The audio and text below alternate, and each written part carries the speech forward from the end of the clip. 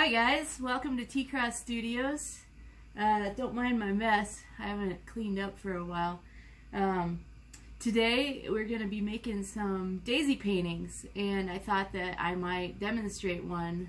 Everybody always asks how I do it, and I'm not one to want to give away my secrets, but I do know that even if you tried this, yours would turn out differently than mine. So I'm not scared. Go ahead, try it if you want. It's a lot of fun. It doesn't take very long, and they turn out really beautiful.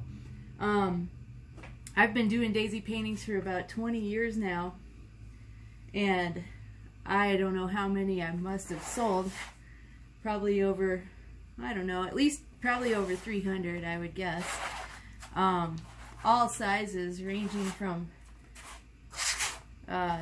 you know, 8 by 10s, shoot, maybe even smaller, to I think the biggest one I've done is like a 4 by 6 foot, and I've sold quite a few of them that big. They do look pretty spectacular when they're big like that, but they're fun and colorful at any size you choose. So what I'm doing right now is I am using texture paste, my bad, that you can get at your local art store. Not all the time, but usually. And if you can't find it, you can always order it at novacolor.com. Plug. I order mine from them because it is a little bit cheaper, and I like the actual texture of it a little better than Golden brand, even though Golden's more expensive. Sorry, Golden, it's true. So what I do, I start out all my daisy paintings with kind of a moderately thick layer. We call this peanut butter because it looks like peanut butter when you spread it. I've been doing this for years, so it's easier for me to apply it than some. It might take you a little longer, but you can't wait too long, because once that dries, it starts getting a skin over it. Then if you paint over it, it is going to pull the rest of the paste up underneath. So I go a little crazy with the paints. I think I'm going to make this one blue and purple, and you'll see they kind of blend. Ah! Spider in my studio! He liked my paintbrush, I think. So I'm just going to kind of like blend it. You can see. I'll have to do that for you. It looks like a few times. I haven't made a lot of videos, but I thought it would be fun today. So I make sure to just go over the edges quick. Gives it that finished look when you're done. So you never want to leave white on it anywhere, unless your painting's white, or if you're gonna frame it. See my little cheat sheet, looks like I got that covered pretty well. So I'm gonna go back here and kind of digging my brush in a little bit to the texture paste, or molding paste if you will, so that I can bring a little bit of that white out, because that's always desirable. So you can see I got a pretty nice background going with some different values and tones going through, lifting up the different colors and the paste underneath. So once you get that far, then I just flip my brush over and simply carve in, usually this size, 3 daisies. You want to leave a really nice white outline. Wipe that off. It's a little messy.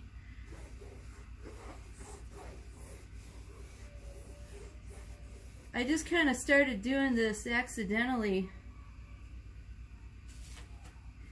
And what I mean by that, I used to work for this guy, and all I did all day long was texture paste pieces to have certain paintings on,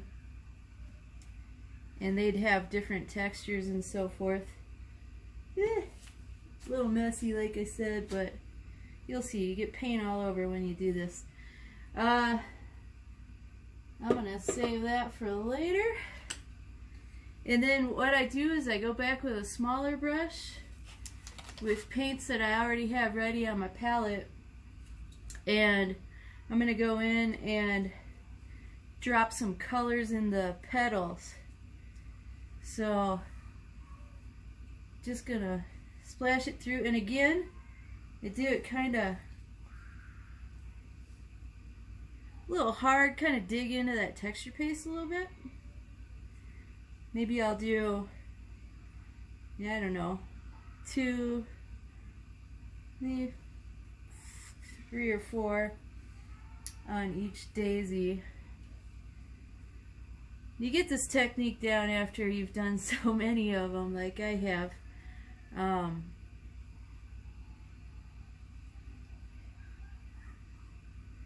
So let's, and if your brush starts getting ecky, I'd suggest just grabbing another one or wiping that down good. Just gonna grab another. So I've got some red in there now. A little glare from the light there. Let's throw some green in.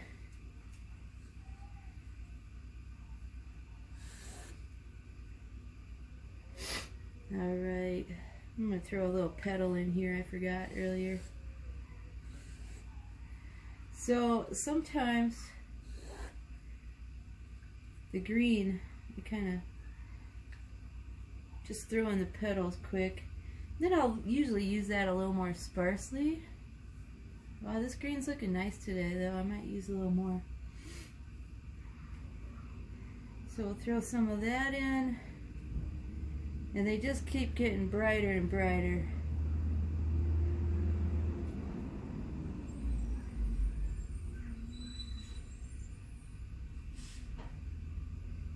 So this is one of my only talent, friends. I could cook a little bit, and kind of a jack of all trades, but definitely got this down and have made a business out of it, so that's pretty cool. Alright, I think, let's see, I think just to keep it bright, I'm gonna go ahead and put some yellow centers in. Thanks for tuning in today. Like I said, I haven't made very many videos, so I appreciate your support. I'm gonna go ahead and dabble in that orange. Throw some orange in there. Now since I already have the blue and purple, I'm not going to use those. It's okay if you slop a little bit. I dab that too. And some of it will start, it just kind of works together. I don't know. It blends, I guess. It starts to look like something, and you got to kind of step back, and you got to just trust your instincts when you're laying the paint down. And don't be too timid with it. You got to be pretty bold and not think about it too hard, like I kind of used to, and then it just didn't look as fluid as it should. So let's see, where else can I go here? Maybe a little bit here. Alright, I'm going to scrape that a little bit. I'm going to go back to a little bit of that red. Add that over here and there. red always pops really nice on the blue. So I always like using it. I'm a red fan though. So let's see, where else can we go? I don't want to get it too crazy busy, but maybe we'll do a little bit of the background. Throw in some strokes.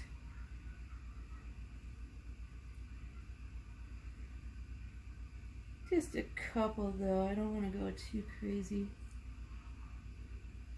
And they are kind of starting to get muddy, so I'm going to quit here pretty soon. I might go with a little bit more green.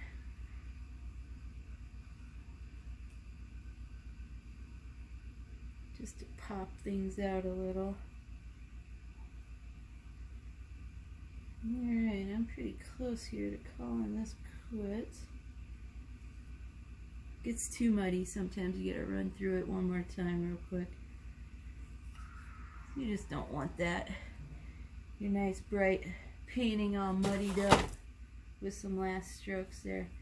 Alright, pretty much done. It's the first one I've done for a while. Guess it's like riding a bike. I'm going to go ahead and carve my name into it here. I'm going to grab a smaller brush so my point's a little easier. Unprepared there. Alright, and I think I'm going to do it sideways this time. Now this you really want to carve into if you want to sign your name. So it's nice and white.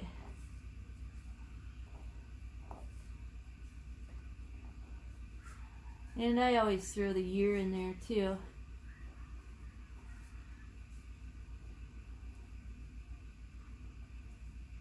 I recently sold one pretty much this color, except bigger, that I made in '07. So sometimes they're around for a while. There we have it, folks.